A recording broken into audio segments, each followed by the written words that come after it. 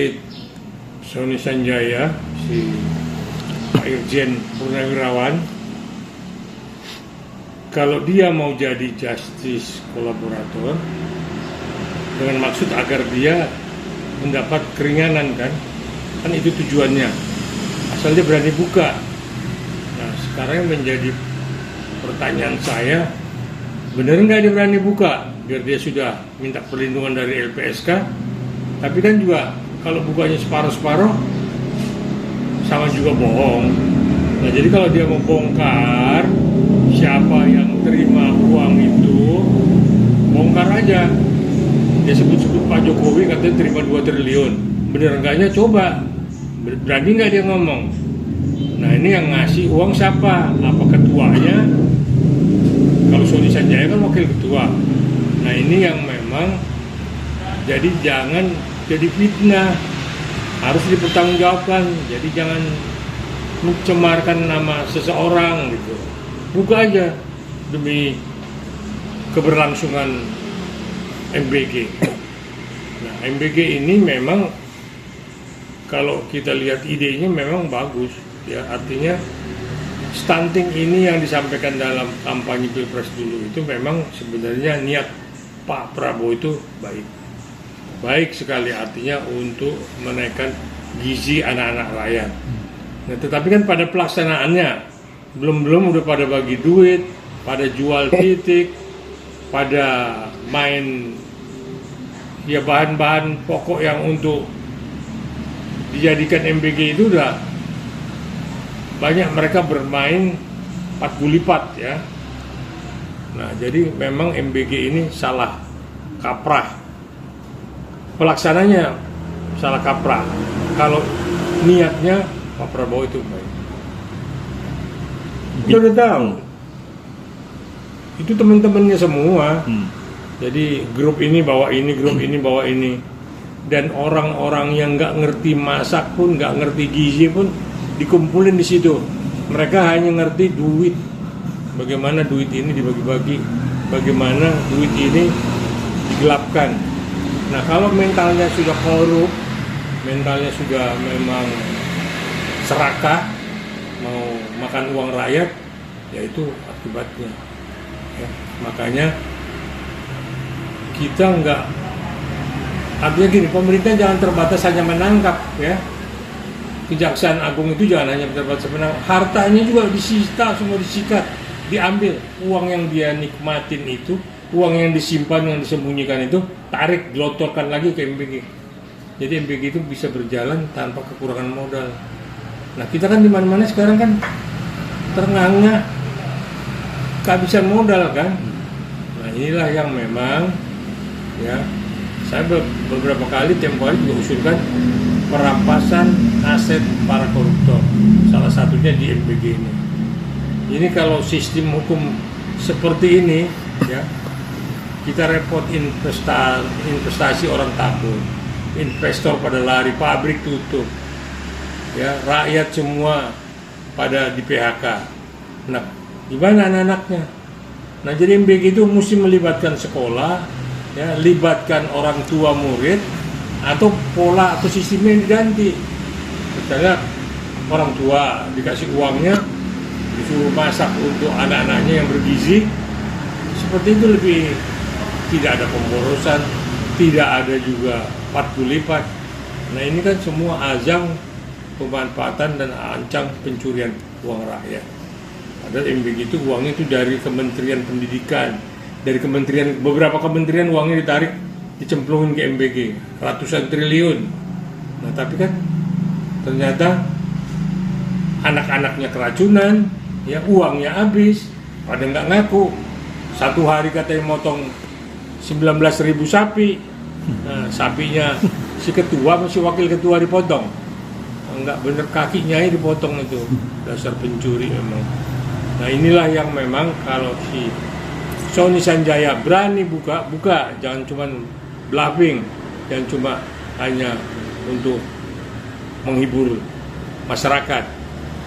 Jadi kalau dia akhirnya tidak buka juga, ya udah, ini taruh aja di Nusa Kambangan, ya, atau dihukum mati sekalian. Kita buat undang-undangnya, ya supaya ada undang-undang hukuman mati bagi para koruptor, apalagi keadaan-keadaan darurat seperti MBG itu kan tuh termasuk extraordinary kan. Nah kalau itu juga digelapkan susah. Nah inilah yang memang mental pejabat kita masih mental korup ya. Kenapa dia korup? Karena sistem hukum kita nggak beres ya. Kalau sistem hukum kita menjadikan panglima di negara hukum, mungkin orang takut ya, artinya dihukum yang sebenar-benarnya ya, di penjara yang sebenar-benarnya. Nah, akhirnya mereka nggak berani mencuri. Kemarin saya lihat juga bekas koruptor teriak-teriak bahwa ketua BEM, mantan ketua BEM UGM salah langkah, salah ngomong, itu diteriakin mesti begini. Dia sendiri bekas koruptor mau ikut terjun lagi ke politik. Nah inilah yang memang mesti ditertibkan. Jadi Pak Prabowo itu udah mesti buang orang-orang yang penjilat, buang orang-orang yang memang tidak mampu bekerja, singkirkan supaya Pak Prabowo bisa memang konsentrasi betul ya. Kalau perlu libatkan perguruan tinggi, kan di perguruan tinggi banyak jago-jagonya, orang-orang pintar dan orang-orang jujur. Kalau masih orang-orang parpol ditaruh di lingkungannya Pak Prabowo, ya itulah masih curi sana curi sini. Itu saya pikir yang paling pokok. Ya silakan Sony Sanjaya bongkar, buka, nyanyi ya. Ketuanya kenapa nggak nyanyi sekalian? Dia yang teriak-teriak juga di awal tuh, uangnya kemana, siapa yang ngambil duluan. Nah terus yang satu lagi si Ludwig, kok nggak bercerita dia. Nah itu kan artinya ada di antara mereka yang memang saling menyembunyikan, saling menyelamatkan, dan mungkin nanti dari belakang akan diurus. Kalau lu masuk, gue yang urus, asal lu jangan ceret gue, kan begitu. Saya pikir itu intinya. Oke. Pilih menjadi ketua PGN. Tempo hari memang rame ketika berseteru dengan Ratna Sarumpait ya. Soal tempo hari yang ada penganiayaan segala macam. Tapi udahlah, itu urusannya Kejagung lah. Kenapa Bu Nani bisa duduk, itu mungkin ada rekomendasi dan mungkin dia juga sudah bertobat atau memang dia nggak ada kesalahannya, makanya dia didudukan sebagai ketua PGN. Jadi saya pikir itu bukan urusan kita ya, jadi media tinggal memonitor aja ya seperti apa, bagaimana backgroundnya. Nah kalau saya tahunya dia cuma dulu ketika ribut dalam Pilpres soal Ratna Sarumpait dianiaya, ternyata baru selesai operasi plastik. Pikir itu tadi, jadi ini katanya dari IPB, ahli, entah ahli apalah, tapi nggak ada kaitannya dengan makanan ya. Dia ahli bonsai juga lah, ahli pupuk katanya juga. Bagaimana dia disuruh megang MBG? Tapi itu kan juga bukan Pak Prabowo yang nunjuk. Nah itu orangnya siapa? Ya dia biar bertanggung jawab ke sana, karena dia dulu yang cerita di awal, baru ditangkap uangnya saya serahkan di awal kepada si X itu. Nah sekarang dia nyanyi lagi lah, jangan tutup mulut. Berarti dia kalau dia tutup mulut artinya ada pesan, lu jangan libatkan gua supaya lu nanti gua tolong.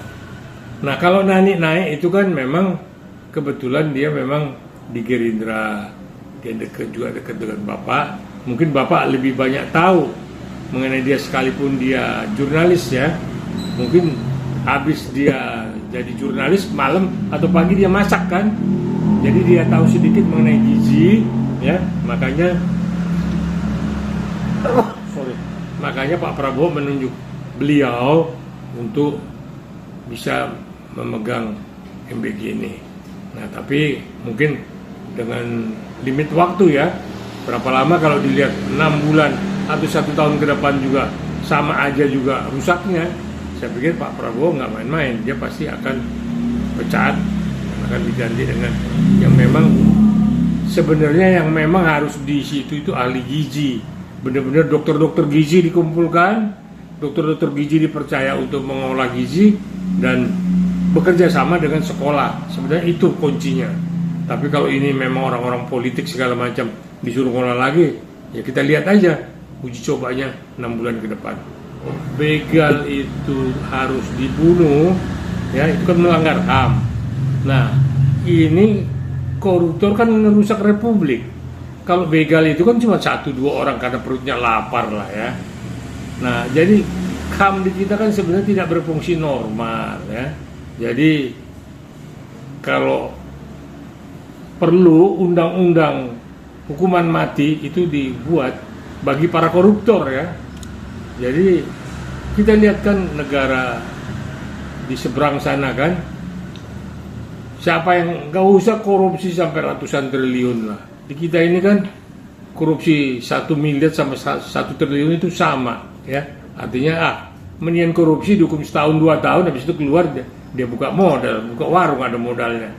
Nah, kalau dia dihukum mati, membuat jera atau Nusa Kambangan ya dipakai tempat hukuman para koruptor, benar-benar tapi dijalankan sesuai dengan kodratnya gitu. Jadi tidak, kan kita lihat di Sukamiskin, waduh seperti hotel bintang 6, bukan bintang 5, bintang 6. Ada AC, ada kulkas, ada tempat hiburan, ada segala macam, ada tempat masasnya segala macam. Jadi mereka itu punya saung juga untuk mereka membahas lagi. Dari situ mereka terjun lagi ke politik. Jadi ini saling menutupi, saling membackup. Siapa yang ketangkap duluan, ya udah nanti diurus di luar. Nah, inilah yang memang mesti dibenahin ya. Nih, mudah-mudahan Pak Prabowo tidak hanya mengejar mereka para koruptor ke benua Antartika, tetapi menghukum mereka agar mereka benar-benar jera. Bagaimana membuat mereka jera dan takut? Satu, asetnya dirampas. Kedua, kalau perlu dihukum mati. Nah, karena di kita tidak ada hukuman mati karena melanggar HAM, kita revisi undang-undang hukuman pidana, itu ada hukuman pidana mati. Nah, ini yang sebenarnya harus semua sistem tata hukum dibenahin. Kalau hukum sudah kondusif, investor, stabilitas ekonomi, semua segala macam akan tercipta dan akan berjalan baik.